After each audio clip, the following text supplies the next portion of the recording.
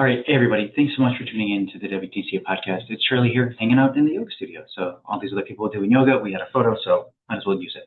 So want to go ahead and cover this week's intention, and maybe this is something that helps you. So this week has been focused on sorry changes you. And I think we've all been through scenarios in our life where we said we were sorry, and we really weren't. We made no attempt to change, better ourselves in any way, shape, or form. Does that mean we should change every time? Like, oh, you bumped into somebody and you say sorry. A lot of times those are just like this guttural reaction to what's happening. Usually you're not super sorry about it. You're not really going to learn a lot from it. But again, like recognizing somebody else there, this is not the scenario I'm talking about. It's the scenario where you're genuinely sorrowful about what has happened and you're genuinely going to make a change for yourself. I think in this current climate of what we're working with, people will just double down harder and harder on the fact that they will never be allowed to be proven wrong because that is shown to be weakness. So it's a lot of, I'm sorry you feel that way. I'm sorry that you recognize what I'm doing is bad. Not that I'm doing anything wrong, but you recognizing it is the fact that it's wrong. And I don't think that's the proper approach that anybody should be taking on this. So going through this week, I'm just being very mindful about how do I want to approach things like this? If I'm genuinely sorry about what I have done, what changes am I making in my day-to-day life, even if it's minuscule, to go ahead and get that started. So also, I wanted to take some time to give you guys a PowerPoint. So I want to give a little bit more information as I keep working on stuff. So we're going to try this, and if it works, cool. If it doesn't, whatever, life goes on. So that's not what I wanted, but we're going to try anyway. All right, we're going to try to share a screen.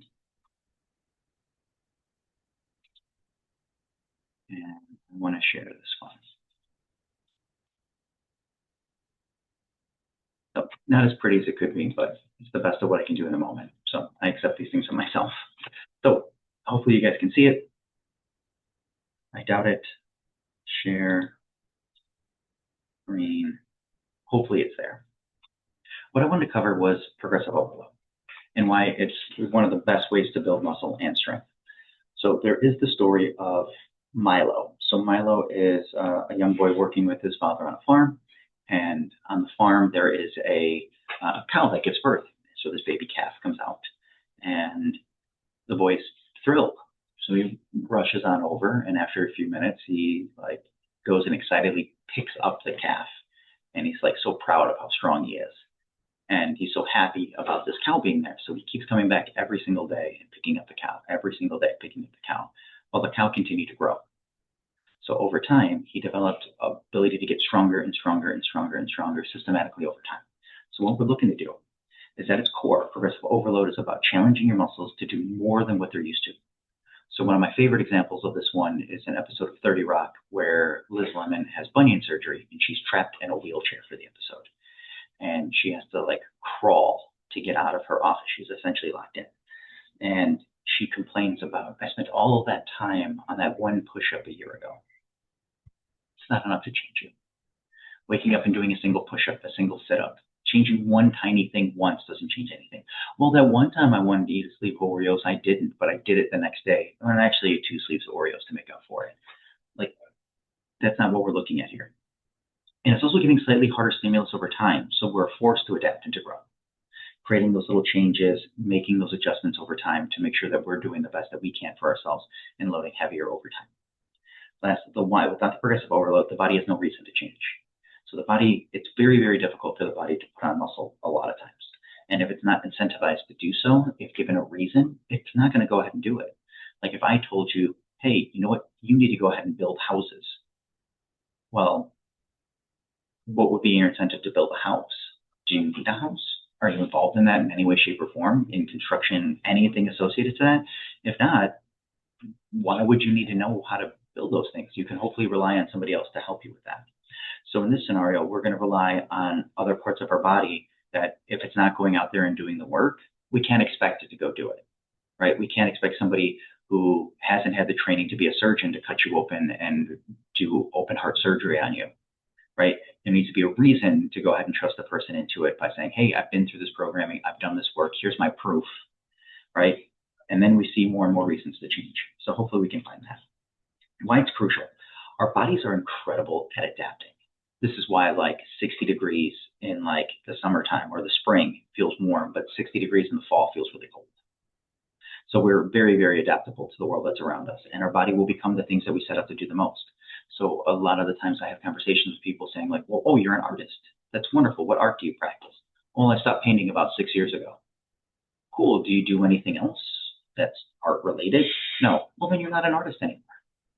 Like, I don't consider myself to be a reader. I don't sit down and read books like I used to. I do audiobooks when I have opportunities, and I'm not doing a very good job of that, honestly. But again, I can't call myself a reader. I'm not reading. So you start to find these things that are our abilities to create these adaptations within ourselves. And then the number one way to break through the plateaus is to find some progressive overload. So case in point, you're doing push-ups, you do 3 sets of 10. Cool. Eventually your body gets very, very efficient at 3 sets of 10. And it doesn't have to work as hard to do 3 sets of 10. So it just doesn't. It just doesn't work harder. So you stop. So the idea is, well, what if you made it a deficit push-up? What if you had to stretch a little bit further into that push-up? What if you added an extra set or an extra rep? Now you're getting a little bit more better at practicing that process. In the long term, it's the foundation for any successful long-term training program. Well, again, you're wondering how somebody like Thor, which is a person's real name, broke the world record at like a 505 kilogram deadlift. It's 5 kilos better than the world record before it. So to continuously train up little by little by little gets you to these long-term approaches. And probably within the next few years, someone will probably get to 506. Maybe it's Thor. Lastly, how to apply it. So there's different methodologies that we can go ahead and work through, right? We increase the weight. So week over week, if your training program is like 3 sets of 10, every week, if you hit all sets, so you can go up a little bit. You'll struggle, but you'll grow. 2, increase the reps. So maybe going from 3 sets of 10 to 3 sets of 11, or increase the sets. Instead of, let's say 3 sets of 10, you do 4 sets of 8. Now you're doing 32 reps, which you're getting an extra set out of that.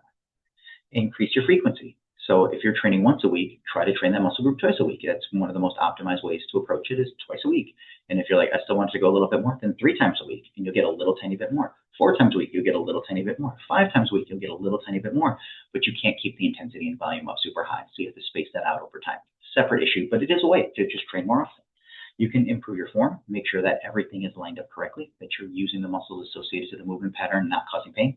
Not causing pain is a big deal for us. Decrease your rest period, so getting back into it a little bit sooner, again, working through a little bit more tired, or increasing the time under tension, basically taking longer to finish some certain reps, right? Really learning how to pause in a bench, how to pause in a squat, how to do basically a pause deadlift where you get it off the ground and you hold it for a second or two. So these are all wonderful ways to go ahead and create progressive overload in your own workouts or in your own life.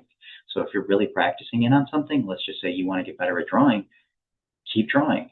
And eventually you get good at making the shapes associated to it. Then you can add more detail and add more detail and then learn something new and add more detail and change something else and add more details and change up and get even better at it. So the idea is go ahead and work on some of those things within yourself. So a lot of today has to do with change, and I'm hoping that's something that helps you. On that note, good.